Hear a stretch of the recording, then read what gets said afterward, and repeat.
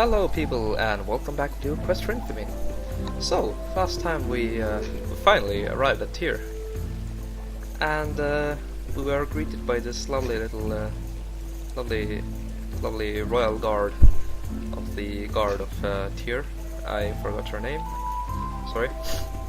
But yeah, let's talk with the locals. Who's this interesting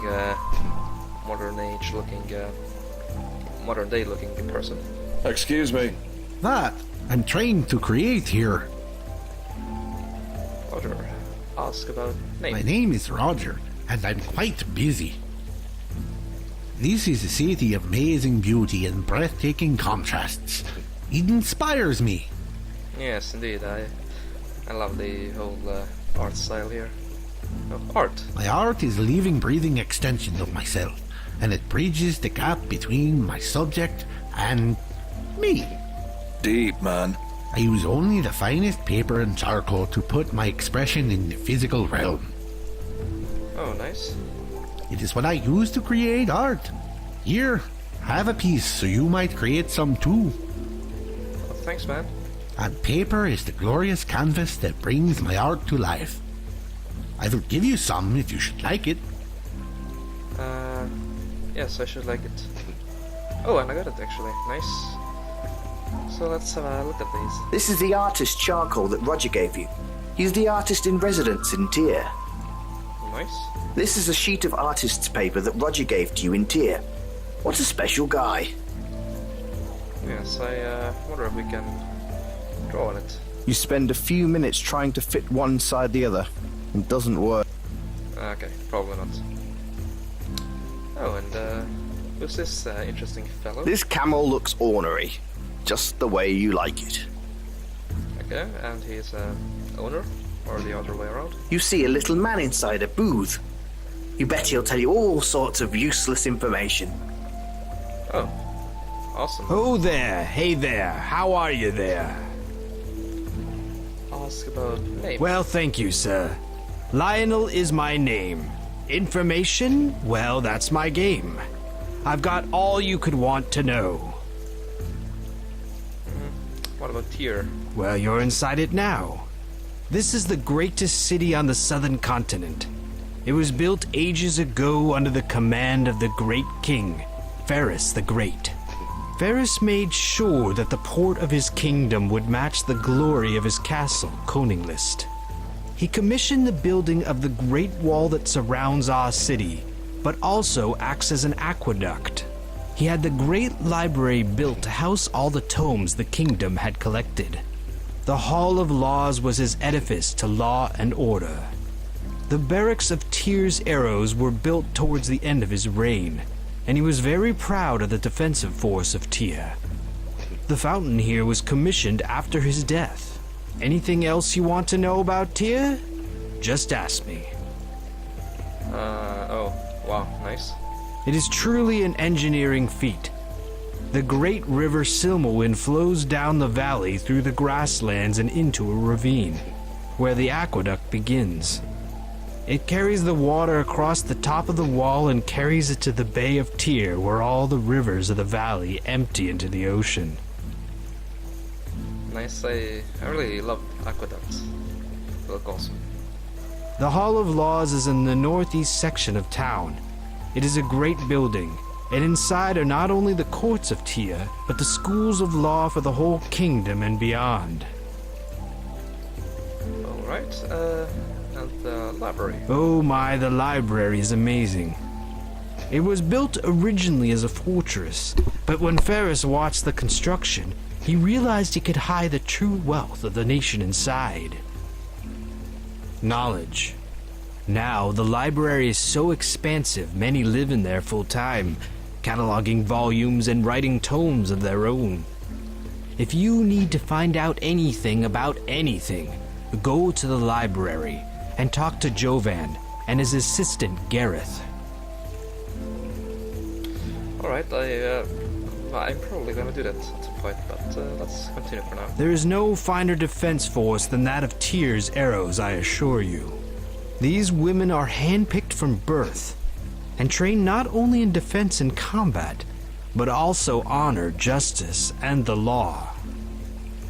Oh, that's pretty awesome. Only female guardians. Isn't it tranquil? I feel most fortunate to be able to have my stand here. Although I wonder what do the men do then? Like, I mean, I'm not trying to be. Don't get me wrong. I'm not trying to be a sexist or anything, but I'm just wondering, are all the men just some like, prophets like this guy? It makes a lovely center of town before one moves on to the docks. Okay. Yes, the docks. Sigh. A necessary blight, I suppose. Blight? Yes, try as we might, the docks never stay as beautiful and well-maintained as the rest of the city. You just can't control that element, the sailors, I mean. They may ship our goods and sail the world, but here, all they do is drink and whore. At least they keep it on the docks. It's a shame, because the lighthouse is down there, but you have to go by the Salty Dog to get to it. Oh, nice. Then I guess the docks is a perfect place for us. The lighthouse is the pride of Tyr. Even though we have so many things, it was the construction of this marvel that allowed the city to thrive. The watchlight never goes out, and some say it runs by magic. Maybe it is magic. The Salty Dog is a seedy open-air tavern right on the docks. It's next door to the Red Door, and you can guess what goes on there. I avoid it like the plague. Yeah, we should totally go there. Enjoy your time here in glorious Tyr, city of the gods. Whatever it is you're trying to do doesn't seem to be working. Alright. Was there someone here also? Oh, yes. How far can I go? Oh, quite a bit. Okay. Let's politely interrupt them. Good day to you, sir. I hope you're enjoying the city of Tyr. Is this not the greatest city in all of Lunaria? The crowning jewel, Tyr. I trust you are enjoying yourself? Indeed. So, I guess I'm just gonna start from this direction and just move my way through the streets of the city. Oh, what's this? It's a flag. It's a high-flying flag. It's an orange flag. Come on, buddy, what else you want me to tell you? Oh, it has the logo of the library on it. Oh, nice. Let's look at the building. The mighty library of Tyr. It used to be an old fortress, but then somebody decided to stuff it with books. Oh well. Not that you're a scholar, but you do recognize Barnabas Bulow, the patron saint of libraries. Okay, let's go in. I bet we're gonna spend most of the rest of the video here, if not all. All right, let's look around some more. The shelves are stacked with rows and rows of books. This light helps people read. Nice little touch to a library, you think? Indeed. Well, you can tell who the real workhorse behind this operation is. You bet the boss here makes this guy do everything, like any self-respecting boss would. This guy looks like he belongs in a place like this. He looks like a stuffy old librarian. You wonder how often he changes out the pole stuck up his arse. So I guess that's the librarian, and this is his assistant, and this is just some noble gentleman. But let's start from the beginning. Hello, are you Gareth? Shh. Sorry. Gareth? Are you? Ask about... Oh, I can ask about this too. Nice. We have many books on our own city. You might want to take a glance at A Brief History of the Port and City of Tyr by Rigo Matchwick. Great little book.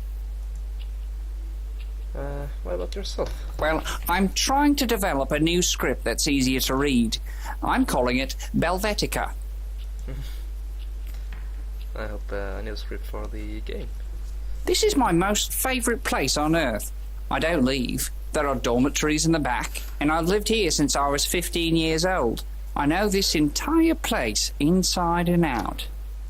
So, how old are you now? Because, I don't know, I thought you were like maybe 20, maybe even younger. Oh yes, we have 5 volumes. Do you know which one you need? No. Well, honestly, the family history is huge. You could try skimming if you like. There is a family tree on page 40 of Volume 1, and the most recent history is contained in the last 500 pages of Volume 5. Okay, the history of the Killington family. Okay, fine. I'm gonna try reading it. Jarvis Killington and his family died in a horrific accident, the lurid details of which I will not detail here. Okay. They were found dead in their home, and the manor was burned for being cursed. The line of their family ends here, and the remnants of their vast fortune and treasures have been rendered unto the earth. Their family crypt stands in Volksville Cemetery, just north of their former home. And this is their family and the manor before fire. It's really hard to make out the names. Okay, what's this? Darves Killington and Dave's Killington 1 and Agnes Loopgate Killington. John Killington, Ellen Killington 4S. Jefferson Killington died in battle. Charles 4S, Ariana Fretz. Walker Killington. Okay, I don't think these are very important. Yeah, sorry. I'm afraid I'm not gonna read these. That's a bit too much. I mean, it was expected from a library, but yeah. So, if you want to read them, you can pause the video. But, yeah, I'm gonna continue on. I got an achievement. Nice. Too bad I didn't read it. Oh, this book should help you. It's about religions and monastic orders. Information of the Sentai is on page 321. Again, the Sentai are religious order, land of Jondar, north of Tarsane. I'm just quietly gonna sort of read through this. You can also read through this.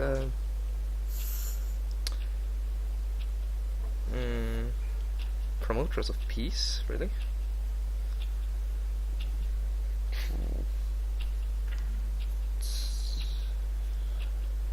Oh.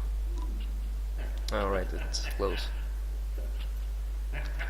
The eyes of God. Maybe one of the eyes is Eye of Yager. Oh, indeed. Eye of Oyorn, Eye of Matilla, and the Eye of Yager are the names of the jewels, and the Sentai believe them to be given from a divine source, to not only use for miraculous feats, but to protect as well.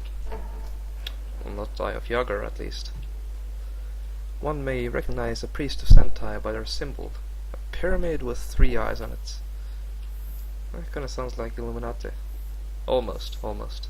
It's a mixture of Illuminati and Game of Thrones Raven.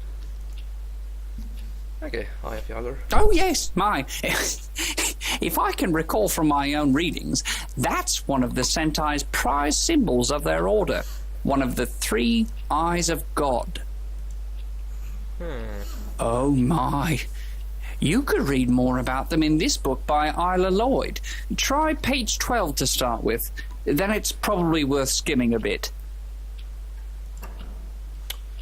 Whew. This book seeks to provide an academic analysis of this treasure that the Sentai order refers to as the Eyes of God. Because of their love for knowledge, they have graciously agreed to let me study the gems closely, and without restriction.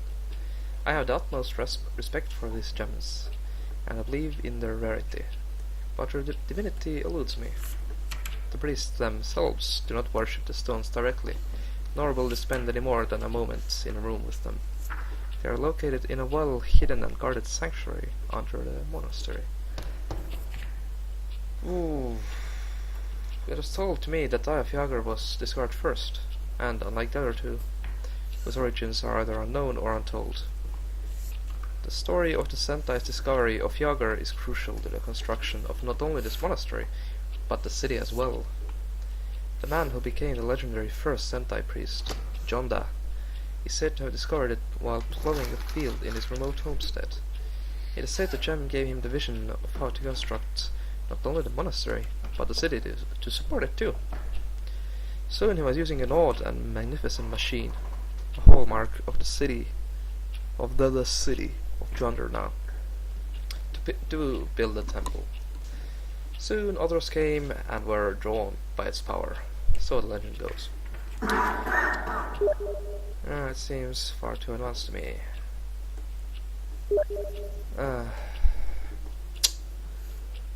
Water was well trained, come from a mere myth, but it makes for great stories.